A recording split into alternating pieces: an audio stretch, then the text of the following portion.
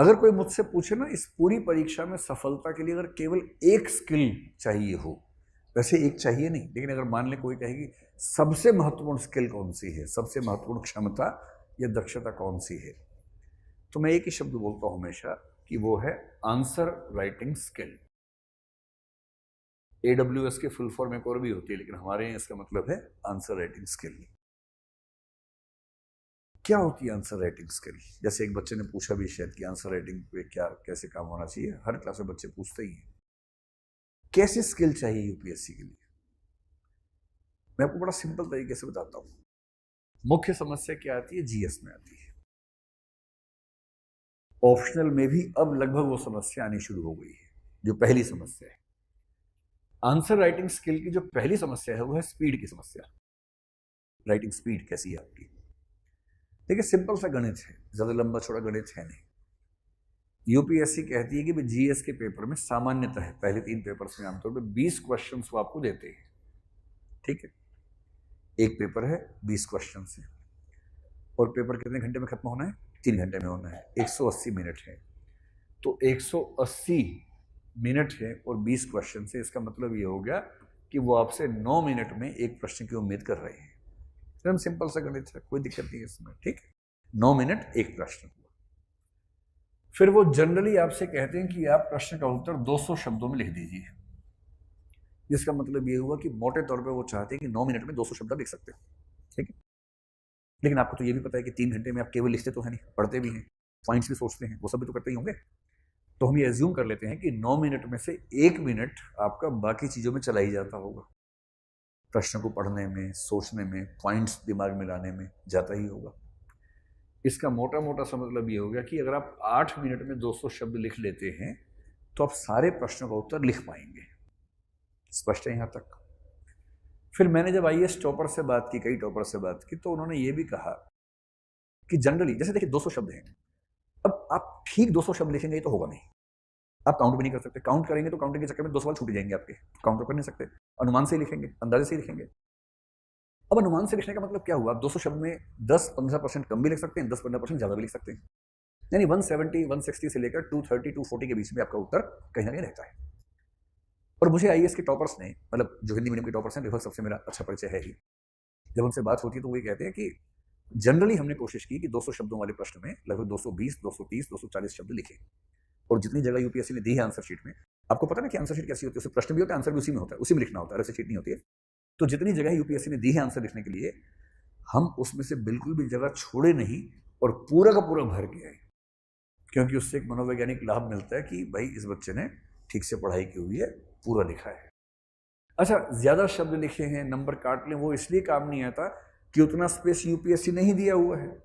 जब यूपीएससी नहीं उतना स्पेस दिए है तो जनरली एक विश्वास रहता है कि हाँ शब्द लगभग उतने ही होंगे, थोड़े ज्यादा हुए होंगे। तो जो मैं आपसे कहना चाह रहा हूँ वो ये है कि अगर आप सच में चाहते हैं कि मैं बहुत अच्छा रैंक हासिल करूं, जैसे एक स्टूडेंट ने कहा कि मुझे पहला रैंक पहले अटेम्प्ट में कैसे आ सकता है, अगर ऐसा भाव मन में है आपके, तो एक बात और समझ लीजिए कि आपको 8 मिनट में 200 शब्द नहीं, आपको 8 मिनट में लगभग 225 शब्दों की एवरेज लानी पड़ेगी।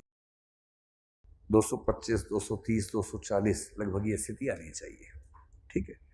अगर मैं इसको 240 कर दूं, जो कि शानदार एवरेज हो जाएगी, अगर ऐसा हो जाता है तो इसका मतलब ये हुआ कि 1 मिनट में 30 शब्द लिखने की स्थिति आपकी होनी चाहिए, ठीक है। कितना सिंपल है, 8 मिनट में 240 तो 1 मिनट में 30 शब्द लिखने हैं आपको, सो सिंपल। अब करना ये है कि आज जब घर जाएंगे या रूम पे जाएंगे, आज लिख के देखिएगा। वो हंसी आ रही है ना जोर जोर से? आज घर जाके लिख के देखिएगा। कैसे लिखेंगे? आपके मोबाइल फोन में स्टॉप वॉच का ऑप्शन तो होगा ही होगा, है ना? और स्टॉप वॉच लगा लीजिए और लिखिए। लिखना ऐसे टॉपिक पे जिसमें सोचने की जरूरत ना पड़े आपको, केवल राइटिंग स्पीड देखनी है, सोचने का मामला नहीं होना चाहिए। तो ऐसा टॉपिक क्या हो सकता है? कुछ लोगों के लिए हो सकता है अपने बारे में लिखिए, अपनी जिंदगी के बारे में, मेरी कहानी। पहले 5 मिनट सोच लीजिए कौन कौन सी बातें लिखनी है, कौन सी नहीं लिखनी है। जब दिमाग में क्लियर हो जाए तब स्टॉप वॉच शुरू कीजिए, खटक से लिखिए उसे 5 मिनट में। और जिनको अपने से ज्यादा रुचि दूसरों में है, वो दूसरों की कहानी लिखने कि उसकी कहानी ऐसा कुछ करके लिखने, देखिए उसको, है ना। करना ये है कि आपको 8 मिनट का टाइमर लगा लेना है और 8 मिनट के बाद देखना है कि शब्द 240 हुए या नहीं हुए। मेरा अनुमान है कि अभी वो 150 के आसपास होंगे लगभग एवरेज। किसी किसी के ज़्यादा हो सकते हैं, 175, 180, 190 हो सकते हैं। आमतौर पे 150 से ज़्यादा लिखना मुश्किल लगेगा आपको शुरू में। और एक बात और है, जैसे मेरी हैंड राइटिंग है बहुत ही ख़राब है, बोर्ड पे तो फिर भी ठीक आ जाती है, जब कागज़ पे लिखता हूँ तो मैं ही पढ़ पाता हूँ उसको। तो सिंधु घाटी की लिपि और मेरी हैंड राइटिंग लगभग समान है, उसको पढ़ने के लिए लोग कोशिश कर रहे हैं, पढ़ नहीं पा रहे हैं। मैं तो पढ़ लेता हूँ अपनी हैंड राइटिंग है। हाँ मैं पढ़ सकता हूँ, सिंधु घाटी को नहीं, अपनी वाली को अपनी अपनी हैंड राइटिंग पढ़ लेता हूँ। तो पहले हैंड राइटिंग मेरी अच्छी थी एक ज़माने में, फिर जब मैंने मतलब एक टीचर ने मेरी व्यथा का समाधान कर दिया। मैंने उससे कहा कि मैं समझ नहीं पा रहा हूँ कि हैंड राइटिंग खराब क्यों होती जा रही है, और होते होते इतनी खराब हो गई, कैसे हो गई। तो एक टीचर हमारे मित्र, उन्होंने समाधान कर दिया, बोले कि सर जब हम बोर्ड पे लिखना शुरू करते हैं ना, तो धीरे धीरे हमारी हैंड राइटिंग बोर्ड पे एडजस्ट हो जाती है और कागज़ पे खराब हो जाती है। तो मुझे बड़ी तसल्ली मिल गई उस दिन से कि लगता है इसलिए हो रहा है। हालांकि एक टीचर ने बाद में दुखी कर दिया, उसकी दोनों जगह ठीक आ रही है हैंड राइटिंग, तो मैं समझ नहीं पा रहा हूँ उसकी वजह क्या, पर जो भी वजह हो। तो अगर मैंने लिखा और मुझे ही पढ़ना है तो मैं तो पढ़ ही लूँगा अंदाजे से, पर आपको ध्यान रखना कि आप लिखेंगे, पढ़ेगा कोई और। अब जो पढ़ेगा वो पढ़ सके, ये भी ज़रूरी है।